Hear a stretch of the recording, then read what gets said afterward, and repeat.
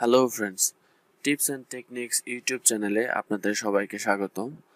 আমি আজকে করে দেখাবো কিভাবে cPanel থেকে ওয়ার্ডপ্রেস কমপ্লিটলি আনস্টল করা যায়।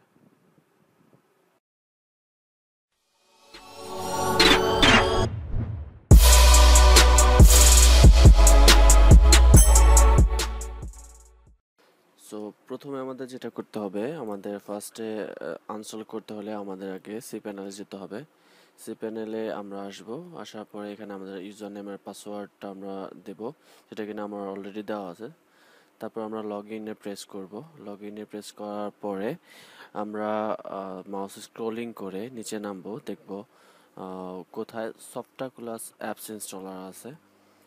সফটওয়্যার অ্যাপস ইনস্টলার আছে, ওইখান থেকে আমরা ওয়ার্ডপ্রেসে ক্লিক করব। ওয়ার্ডপ্রেসে ক্লিক করার পর আমরা দেখতে পারবো ফুল ওভারভিউটা এখানে আছে। তো মাউস স্ক্রলিং করে আমরা নিচে নামার পর দেখতে পাবো যে এই একটা ওয়েবসাইটে আমার অলরেডি ওয়ার্ডপ্রেস ইনস্টল করা আছে। তো আমি এই ওয়ার্ডপ্রেস এই ওয়েবসাইট থেকে আমি ওয়ার্ডপ্রেসটা রিমুভ করতে চাচ্ছি। তো রিমুভ করতে হলে আমাদের ফার্স্টে অপশনের দিকে যেতে হবে। অপশনে দেখেন এখানে কি কি আছে। তো ফার্স্ট আছে ক্লোন, তারপর আপনি এখানে পাবেন ব্যাকআপ, আপনি চাইলে ব্যাকআপ ডাটাগুলো ব্যাকআপ রাখতে পারেন। তারপর আছে এডিট ডিটেলস, তারপরে হচ্ছে আমাদের রিমুভ রিমুভ করব আমরা, যেহেতু এখানে তো আমরা ওয়ার্ডপ্রেসটা রিমুভ করতে চাচ্ছিলাম, তো আমরা এখানে রিমুভে প্রেস করব।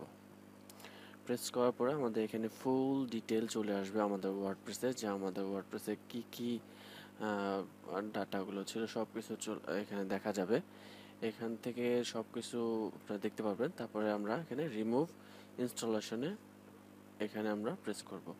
তারপরে এখানে একটা ওয়ার্নিং আসবে যে আপনি এটা আসলে কি রিমুভ করতে চাচ্ছেন কিনা। তারপর এখানে আমরা ওকে দেব। সব কিছু ঠিক হয়ে গেলে আমরা দেখতে পারবো এখানে আমাদের একটা কনফার্মেশন মেসেজ চলে আসবে, ইনস্টলেশন ওয়াজ রিমুভ সাকসেসফুলি। তো এটাই হচ্ছে কিভাবে cPanel থেকে কমপ্লিটলি ওয়ার্ডপ্রেস রিমুভ করতে হয় সেটার পদ্ধতি। তো আমরা যখন ব্যাকে চলে আসবো, ব্যাকে দেখবো আমাদের এখানে আর কোনো ডাটা নেই, আমাদের অলরেডি ওয়ার্ডপ্রেসটা রিমুভ হয়ে গেছে। তো ধন্যবাদ আমার এই শর্ট ভিডিওটা দেখার জন্য।